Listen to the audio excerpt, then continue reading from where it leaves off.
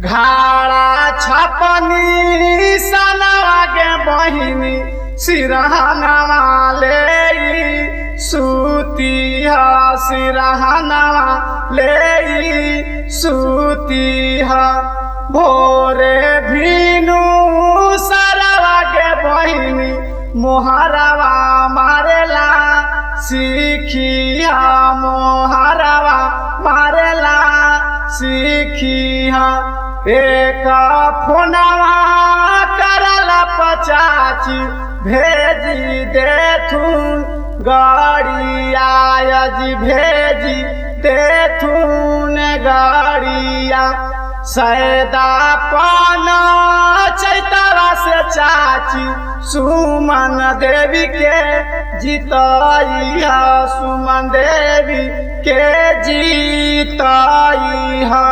घाड़ा छपनी सनवा के बहिनी सिरहनवा ले सूतिया सिरहनवा ले सूतिया।